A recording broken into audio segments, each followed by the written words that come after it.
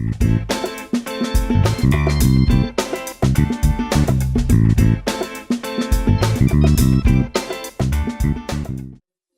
muito boa tarde a todos, bem-vindos.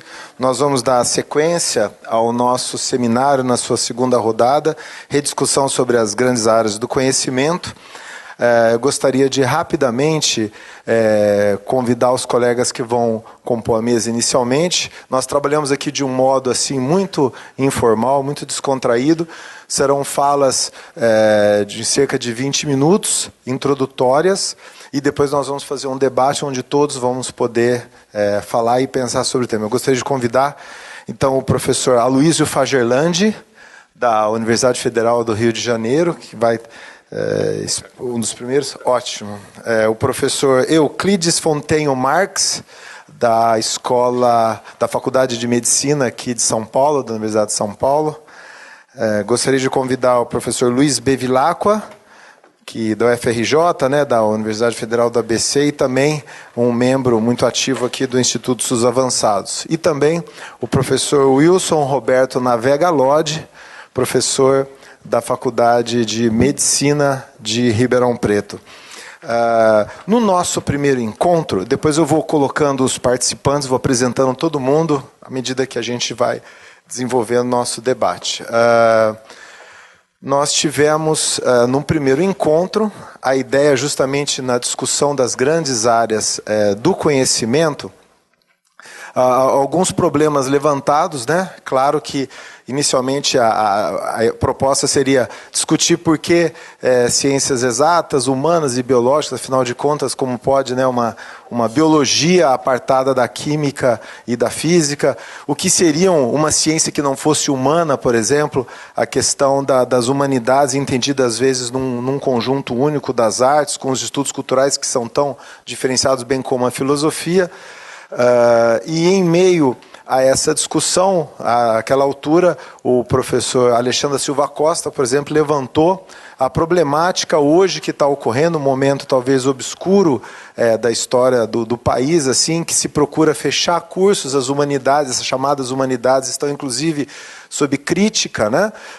Ameaça de fechar esse tipo de curso. O professor Fagerlandi talvez até possa ajudar depois a levantar esse problema também, que foi uma permanente, né? A importância da manutenção desses cursos de estudos culturais na universidade pública, né? E também a professora Ecleia Thyssen, que foi a nossa primeira convidada, palestrante da Unirio, do Rio de Janeiro, ela salientou a importância de se trazer para o Brasil o debate que houve em torno do Manifesto de Leiden, justamente essa crítica a esse tipo de desempenho, aos rankings universitários, e que mede a produção, a qualidade das universidades por critérios talvez redutivos, né, como a quantidade, né, a lógica da quantidade estatística em detrimento da singularidade qualitativa, e um tipo único de perfil que elimina a necessária pluralidade das capacidades dentro das universidades. Então, naquela altura nós tivemos vários colegas, principalmente da área das artes, né, o professor André Micheletti, o professor Montanha, dos cursos de música da USP, o professor Ricardo Bolonha e a professora Ana Zimmermann, do curso da Escola de Educação Física aqui da USP, levantaram também como a performance, como a questão da capacitação psicomotora e do talento profissional, às vezes é pouco levado em consideração, tanto na elaboração dos currículos como na contratação dos docentes, né? Então, o professor Paulo Saldiva e eu, discutindo sobre a continuidade desse seminário, nós percebemos que o momento oportuno agora é discutir justamente essa valorização, essas áreas em que você requer uma grande habilidade profissional e que é essencial não só na graduação, como também na pós-graduação. E antes de passar a palavra já ao primeiro convidado, que é o professor Fagerlandi, gostaria de fazer uma rápida introdução que talvez nós tenhamos tido na história recente do Brasil dois golpes políticos, talvez que tenham sido mais claros, né? O golpe de 64 e o golpe de 16 políticos, mas nós tivemos um outro golpe, talvez, que passou despercebido e continua ainda não sendo notado, que foi o problema da nossa pós-graduação.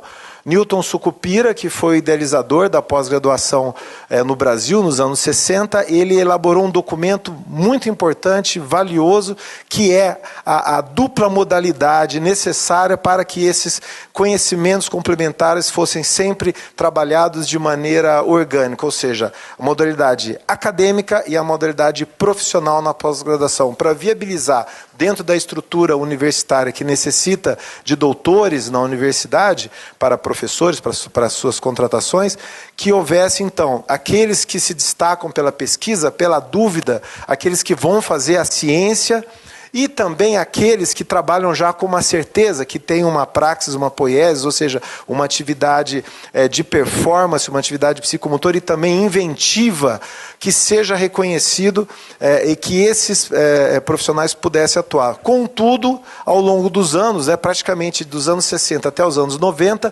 a pós-graduação profissional foi preterida, parece que houve uma hegemonia, e inclusive, nossa experiência recente de Ribeirão Preto, na tentativa já de alguns anos de elaborar uma pós-graduação profissional, por várias vezes eu mesmo ouvi pessoalmente, não, isso não é tão bom, o acadêmico que é o bom, eu não sei, se instituiu essa ideia, esse preconceito e esse desdém como se fosse algo menor. E um curso, por exemplo, de arte, um curso, por exemplo, de educação física, que tem no mérito profissional a sua, digamos, seu carro-chefe, chega a ser contraditório o fato dessas atividades não serem devidamente valorizadas. Então, esse é o momento da gente trabalhar e discutir, por isso que chamamos colegas que têm experiência com a crítica da pós-graduação, a crítica de como valorizar e diferenciar as diversas capacidades importantes para a universidade. Então, eu convido o professor Aloysio Fagerlandi, um fagotista de nível internacional, membro do Quinteto Vila Lobos já há muitos anos, o grupo talvez mais antigo de música de câmara, talvez mais importante do Brasil, e também professor da Universidade Federal do Rio de Janeiro, no qual ele, de maneira muito pioneira, e posso falar também, citar o professor Lucas Robato na Bahia, tem sido verdadeiros baluartes aí para o estabelecimento da pós-graduação profissional em música no Brasil. Então é uma honra, quem sabe possamos trazer também brevemente o professor Lucas Robato, e agora conosco então o professor Fagerlandi, ao que eu passo a palavra. Obrigado pelo convite, é um prazer estar com vocês. Quer dizer, o Lucas Robato é o atual coordenador, não mais adjunto, coordenador dos programas profissionais da área de arte da CAPES, agora foi empossado há um mês atrás, e eu acho que é a pessoa certa no lugar certo, no momento certo. Então, eu gostaria de começar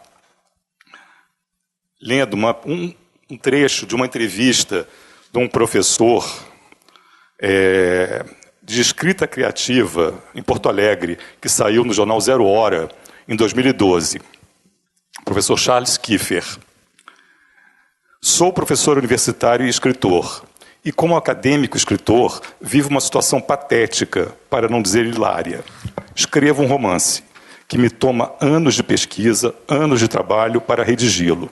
Não faço citações, não transcrevo textos alheios. Minha bibliografia é o conjunto de obras que fui capaz de ler ao longo de toda a minha vida, somado aos filmes que vi, às músicas que ouvi, às experiências que vivi. Como sou professor universitário de pós-graduação em escrita criativa, vivo acossado pelo que se conhece por produção acadêmica, dados que precisam ser lançados no currículo Lattes, porque se eu não tiver uma determinada pontuação, serei descredenciado. Meu curso, no caso a Faculdade de Letras, será prejudicado no ranking nacional das universidades brasileiras. Meu romance, tão demorado e pacientemente elaborado, alguns me tomam 4 ou 5 anos de trabalho, atividade em que eu apliquei engenho e arte, em que procurei o que a crítica literária chama de tour de force, não vale praticamente nada como produção acadêmica. E depois que publiquei o romance, vivo uma situação verdadeiramente kafkiana. Um aluno faz um ensaio de algumas páginas sobre meu romance, publica suas considerações numa revista de qualizar e recebe uma pontuação maior que a minha em termos de produção acadêmica. Então, acho interessante porque isso ilustra bem, digamos, esse dilema que nós passamos, né? Eu também, quer dizer, modestamente, eu trouxe até aqui para mostrar essa quantidade de CDs aqui que eu venho produzindo, né? São CDs meus, de música de câmara, eu solista, 2 deles através de edital Petrobras e 3 através de FAPERJ, o órgão, uma fundação de apoio de pesquisa, de fomento à pesquisa no estado do Rio de Janeiro. Quer dizer, na época que ainda havia dinheiro, a gente já tinha esses editais. Agora tem os editais, mas não sai o dinheiro, mas tudo bem. Então, 3 deles foram lançados com apoio da FAPERJ, sendo que o primeiro foi num APQ3, que é de produção editorial. Assim, quer dizer, a FAPERJ já em 2012 reconhecia o CD autoral equivalente a um livro. É o mesmo edital para livros e CDs. E ninguém sabia disso. São poucos os músicos no Rio de Janeiro, atuando em pós-graduação, que sabem disso. O meu talvez tenha sido o segundo CD a ser lançado em música, né? Bom, isso só para esse pequeno preâmbulo que eu acho bem ilustrativo da situação.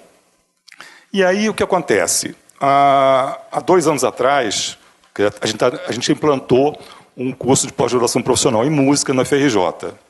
E eu já tenho experiência de 10 anos no programa acadêmico, e, enfim, com esse dilema que eu narrei agora há pouco, né, enfrentando isso dia a dia, quando o Lucas me convenceu da importância do programa profissional em música, eu no início não concordava com ele, não. Foi 1 ano a gente discutindo. Eu falei, não, mas a gente tem espaço para fazer isso no programa acadêmico. Eu falei, não. Enfim, no final ele me convenceu. E hoje eu sou, assim, um entusiasta número 1. Eu acho que há espaço para os 2 tipos de pós-graduação, né, que a gente vai tentar ver. Vou tentar ser o mais breve possível, não me alongar muito. Aí o que acontece? Na implantação do curso, uma das disciplinas que a gente sempre pensa, bom, a pós-graduação você tem que ter metodologia. E a gente sempre estudou, trabalhou em qualquer modalidade, qualquer área, a metodologia da pesquisa científica. Mas isso se aplica à arte, isso se aplica à área de música, né, a sub-área música. Aí comecei, agora, no início a gente pega o modelo tradicional, né? Eu me lembro de uma das primeiras orientandas do mestrado, que quase chegou chorando comigo. A professora tal, que dava a metodologia da pesquisa, disse que meu trabalho não tem uma questão. Eu falei, sim, mas qual a questão que ela... Sabe, a gente viu que não havia... Quer dizer, o princípio da pesquisa científica não se encaixava no trabalho dela. Por outro lado, o trabalho dela, antes de estar pronto, já tinha convite para ser publicado partituras, né, na China, no Canadá, ou seja, uma dimensão internacional que a nossa pós-graduação tanto almeja e que o trabalho sem questão já tinha conseguido, antes de estar pronto. Bom, fechando parênteses. Então, para agora a gente estabelecer uma disciplina que a gente está chamando de metodologias da pesquisa aplicada em música, eu comecei a trabalhar, a pesquisar o que estava acontecendo no mundo, né? O interessante é que a gente é um pouco assim, a gente troca o pneu do carro andando, como tudo aqui, porque se a gente ficar refletindo em como montar o curso, passam-se 10 anos e o curso não é implantado. Então a gente faz e vai aperfeiçoando à medida que os problemas vão acontecendo, né? E aí eu comecei a pesquisar assim, como era feita a pesquisa em artes na Europa e nos Estados Unidos. Aí cheguei num autor fantástico, por acaso, professor da Universidade de Leiden também, o Henk Borgdorf, que ele escreveu em 2012, ele lançou uma compilação de artigos, palestras, chamadas The Conflicts of the Faculties, Perspectives on Artistic Research and Academia, parodiando o Immanuel Kant, o conflito das faculdades, né? A questão das faculdades superiores e inferiores, aquela luta clássica no final do século XVIII, XIX, não, 17, desculpe, não, 1780, por aí, 18. Obrigado. E no qual ele né, a teologia, a medicina, o direito contra as outras humanidades estavam... Então ele coloca muito bem, quer dizer, a questão da transformação das práticas artísticas em pesquisa artística e a consequente modificação da academia em um local que também proporcione espaço para formas de conhecimento não discursivos, métodos de pesquisa não tradicionais, além de novos formatos de apresentação e publicação. E ele é professor da Universidade de Leiden e também do Conservatório Real de Haia.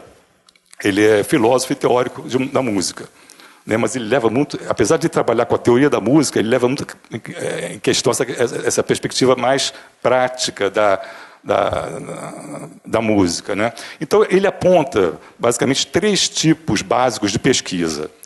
A primeira, pesquisa sobre as artes, que ele chama de Research on the Arts, que é baseada em uma pesquisa sobre a prática artística a partir de um distanciamento teórico, com o pesquisador observando o objeto de pesquisa. Aí são os casos clássicos da musicologia, história da arte, estudo do teatro, mídia e literatura, no qual o pesquisador olha o objeto com certo distanciamento. O segundo tipo seria pesquisa para as artes, Research for the Arts, onde elas, né, não constituem o objeto de pesquisa, mas o objetivo, produzindo insights e instrumentos para práticas mais concretas, trazendo para a minha área super específica, hiper minoritária, por exemplo, fagote, instrumento de palheta dupla, como o oboé, seria a confecção, um estudo sobre a confecção de palhetas, tipos de raspagem para se tocar o oboé ou o fagote. Isso seria um caso clássico de pesquisa para as artes, ou um método, como a gente tem no nosso programa já vários métodos. Por exemplo, tem excertos orquestrais para a trompa, o primeiro volume sobre a série dos choros de Villa-Lobos, no qual um trompista com mais de 30 anos de experiência profissional, professor ainda sem mestrado, fez um trabalho fantástico, que é um método no qual ele aponta os principais solos e excertos para a trompa dentro dos choros de Villa-Lobos, com suas observações interpretativas. Aí tem um filminho para cada trecho, mostrando como ele toca. Então, isso seria um exemplo da pesquisa para as artes. E o terceiro tipo, que seria assim, o mais polêmico, seria a pesquisa nas artes, que ele chama de Research in the Arts. O Borgdorf ele descreve o processo como imanente, constituindo uma pesquisa que não assume a separação entre sujeito e objeto, não existindo, portanto, a separação entre pesquisador e prática das artes, entre a teoria e a prática em artes. O autor entende que conceitos e teorias, experiências e entendimentos estão entrelaçados com as práticas artísticas e, deste modo, a arte é sempre reflexiva. Embora ele ressalte, né, que essa dicotomia apresentada é só um modelo de estudo. Obviamente, você tem diversas possibilidades, mas que basicamente se encaixariam dentro dessas 3. E ele cita assim, diversos exemplos, né, que acontecendo na Europa, entre as quais a Practice as Research, que expressa diretamente o entrelaçamento de pesquisa e prática, como exposto acima. E é interessante notar também, teve um número da ARJ, Arts Research Journal, que é uma revista da CAPES, interdisciplinar, envolve várias áreas, sub-áreas dentro da área de artes, e 2 números saíram sobre conceituações de pesquisa em artes. E uma das autoras, a Kathleen Coessens, belga também, que está ligado ao grupo do Borgdorf, ela também dá uma visão muito interessante. Ela falou que a pesquisa em artes, você tem aquela possível visão binocular, que é o caso do primeiro caso que o Borgdorf cita, que é onde existe esse distanciamento entre o pesquisador e o objeto, e uma visão prismática, ou seja, com vários ângulos, dependendo da posição que você se encontra. Quer dizer, então, ela né, um pouco mais assim, abrangente do que o Borgdorf, mas dentro dessa mesma perspectiva. Bom, e voltando, dentro daquela última classificação do Borgdorf, aí eu comecei a procurar, existem assim, projetos fantásticos acontecendo, sobretudo na Grã-Bretanha e países nórdicos da Europa, Holanda e Austrália, né, que eles chamam do Practice as Research in the Arts. E, basicamente, o editor é o Robin Nelson, que é diretor de pesquisa do Royal Central School of Speech and Drama da Universidade de Londres. E esse autor me foi indicado pelo Mark Ratz, que ele era diretor do Royal College of Music de Londres. Uma vez ele estava no Rio, a gente começou a conversar sobre pesquisa em artes. Eles têm uma escola eminentemente prática, de altíssimo nível, né, e como é que eles estavam lidando com essa questão. Quer dizer, aí, a partir desse estudo, a gente verifica que todos esses conceitos, essa questão surgiu na Europa, sobretudo após a Declaração de Bolonha, em 1999. Porque até então você tinha os conservatórios, escolas superiores de artes de um lado, universidades de outro. E os saberes, a delimitação do conhecimento estavam bem separadas. A universidade fazia pesquisa e os conservatórios e as escolas superiores de arte faziam artes. E quando, a partir dessa unificação do sistema educacional europeu, houve essa necessidade de fusão. E aí começou o dilema. A universidade aceita a arte, como que seria... Né? E as antigas conservatórios, academias e escolas superiores também tiveram que absorver o modelo universitário. Eles encontraram alguns sistemas, por exemplo, o Conservatório Nacional Superior de Música de Paris, o segundo ciclo, o terceiro ciclo, que seria o equivalente ao doutorado, eles têm um acordo com a Sorbonne para eles fazerem algumas disciplinas de musicologia na Sorbonne. Mas, pelo que eu ouço de colegas, a experiência não está dando muito certo, né? Porque o Conservatório de Paris continua mantendo a sua excelência na performance. E esse acordo com a Sorbonne, poucas pessoas estão realmente fazendo. E o que acontece? O segundo ciclo, que seria equivalente ao nosso mestrado, praticamente ele foi incorporado ao primeiro ciclo, que seria a nossa graduação, né? Isso no panorama europeu. Então, o que acontece e uma observação também de um pesquisador português, que praticamente o segundo ciclo na Europa, em artes, virou um mestrado profissional, o que nós chamamos de mestrado profissional aqui. Então, quer dizer, tem todo esse perfil, essa grande confusão que está sendo montada, e com várias pessoas estudando essa questão da pesquisa em arte na Europa, e ainda sem uma resposta. Existem propostas muito interessantes. Quer dizer, eu não vou me alongar aqui, enfim, já estou até me alongando demais, mas para chegar, e também no outro polo oposto, que é, por exemplo, nos Estados Unidos. Então, eu vou até pular aqui a ordem que eu planejei, porque eu acabei bagunçando aqui a ordem. Vou entrar aqui nesse quadro. Por exemplo, a pós-graduação nos Estados Unidos, em música, ela é regida... Eu começo configurações aqui. Ela é regida pela National Association of Schools of Music, NASM, que existe desde a década de 1930, se não me engano. Envolve cerca de 670 instituições, entre escolas independentes e escolas, universidades, em várias denominações. Então, por exemplo, eu cito como 2 exemplos clássicos que não aderiram ao sistema universitário, lá a Juilliard, em Nova York, e a New England Conservatory of Music, que são instituições de excelência no mundo todo.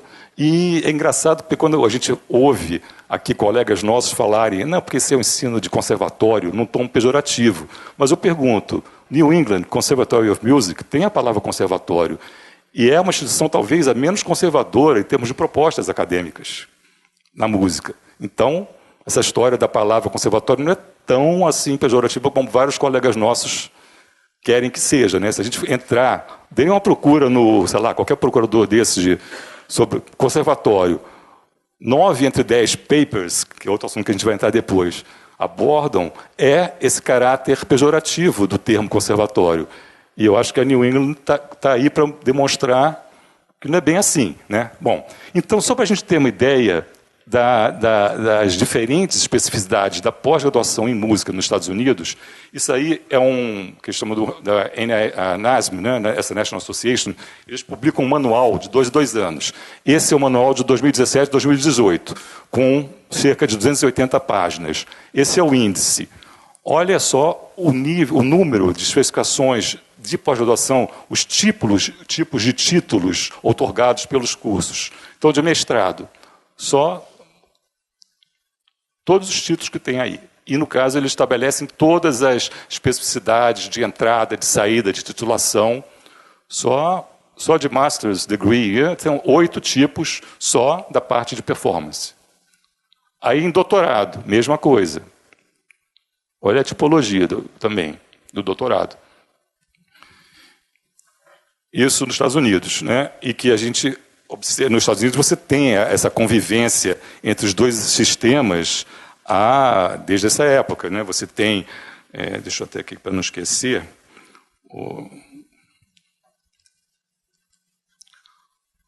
a convivência dos diversos títulos que a gente encontra, né? Do Master of Music, Master of Music and Arts, Doctor... Você tem, assim, sei lá, uns 10 possíveis titulações a partir de toda essa especificação. E aí a gente entra Já estou meu tempo. Desculpe, agora eu vou entrar no panorama brasileiro. Desculpe, eu fiz um longo preâmbulo aqui, só para a gente chegar no panorama brasileiro. Então, a partir do que o Rubens colocou, realmente, em 65, quando o professor Newton Sucupira, né, é relator do famoso relatório, que leva o nome dele, no qual realmente ele estabelece os dois modelos, profissional, a pós-graduação profissional e acadêmica. Só que quase 30 anos se passaram e a pós-graduação profissional não foi efetivada. Foi bem depois do que a acadêmica. Em artes, então, só recentemente, quer dizer, quando a pós-graduação em profissional em música na Bahia foi o primeiro curso, há uns 5 anos atrás, depois tem a da Unirio, em práticas do ensino musical, depois o nosso da FRJ, há 3 anos atrás. Nós formamos a primeira turma e agora estamos com a terceira turma, vamos abrir o 4º processo seletivo. Bom, isso para falar dessa dupla modalidade. Agora, veja só, a gente tem acadêmica e profissional. E o profissional, a modalidade, se a gente observar todas as especificidades da pós-graduação americana, né, estadunidense, a gente encontra assim, uns 10 tipos de titulação diferentes. E aqui, todas elas estão englobadas dentro do modelo profissional, que atende a todas as áreas da CAPES, 56, 57 áreas, mais ou menos. E a gente tem as pequenas especificidades de área, mas, de modo geral, a regra é a mesma para todas as áreas, né? E aí tem um quadrinho muito interessante que a professora Elisa Maria Thiago, da Diretoria de Avaliação da CAPES, ela apresentou não é de uma questão da pesquisa básica, que ela cita o modelo do Bohr, né, que seria a pesquisa básica, busca avanço do conhecimento sem compromisso com a aplicação imediata. E aí, os 2 tipos de pesquisa que teriam aplicabilidade prática, a pesquisa estratégica, como ela cita Louis Pasteur, que a pesquisa estratégica acrescenta conhecimento como ferramenta para a solução de problemas práticos. E a pesquisa tecnológica, que ela cita Thomas Alva Edison, que desenvolve aplicações para conhecimentos básicos ou estratégicos já existentes. Então, digamos, a nossa pós-graduação profissional, ela se encaixa com esse perfil dos quadros à direita, basicamente. E, na verdade, por ser uma área muito recente, quer dizer, a sub-área muito recente, né, a gente enfrenta vários dilemas, como, por exemplo, na questão da avaliação. Então, eu fiz um pequeno recorte da última avaliação quadrenal da área de artes, né, que avalia esses programas em artes. Então, por exemplo, eu tirei a questão dos pesos e o que se espera, né, por exemplo, do corpo docente. Então, enfim, aqui está muito longo, talvez não dê tempo. Mas a questão que eu queria salientar é a produção intelectual. Produção intelectual significa produção bibliográfica, artística e técnica.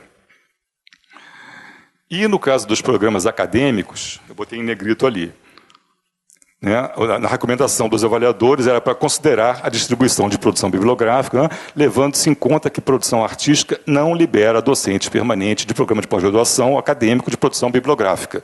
O mesmo não acontece na avaliação dos profissionais. Mas a gente, observando assim, só por alto, a gente observa que o texto do lado direito ele é muito mais denso e com especificidade do que o lado esquerdo, o que demonstra ainda a incipiência dos dados para a gente avaliar um programa profissional, sobretudo em artes. Nós estamos indo agora para a avaliação das APCNs de 2017 a 2018, na área de artes, e que vai se avaliar pela primeira vez a modalidade de doutorado profissional, e você não tem parâmetros definidos para a área. Você tem uma recomendação geral que um grupo de trabalho fez para todas as áreas. Ou seja, o que se espera? Então, essas respostas devem vir da área. Com certeza, a área é que, no meu caso, música, né, mas artes de modo geral, nós é que precisamos construir esse cenário. Então, assim, eu ia falar muitas coisas, mas acho que eu me alonguei. Eu só gostaria de encerrar um pouco em cima daquilo que o Rubens falou inicialmente. Quer dizer, isso foi uma visão, digamos, micro, em cima de uma questão específica. Agora, uma visão macro, né, sobre a pós-graduação e a educação brasileira como um todo. A gente sabe que hoje em dia, um dos grandes filões ainda inexplorados para investimento é a educação no Brasil. Prova disso é que, digamos, o maior milionário que consta na revista Forbes do Brasil, ele está aplicando no Rio de Janeiro em escolas de ensino médio e logo a seguir, provavelmente, universidade. Então, houve um parecer do Conselho Nacional de Educação, que saiu no Diário Oficial da União, no finalzinho de 2017. O assunto: normas referentes à pós-graduação estrito sensu no país. Então, eu só vou ressaltar aqui uma parte que eu achei muito significativa. As instituições credenciadas para oferta de cursos à distância poderão propor programas de mestrado e doutorado nesta modalidade. Ora, educação à distância a gente tem, funciona bem, mas não para o curso todo. E esse parecer, ele avaliza e institucionaliza os programas de pós-graduação estricto sensu à distância. Muito bem. Aí, há um mês atrás, numa revista de bordo, eu encontro esse anúncio, já da Must University, Universidade à Distância, a Universidade Americana para Brasileiros, no qual o reitor desta Must University é um dos signatários desse documento do Conselho Nacional de Educação.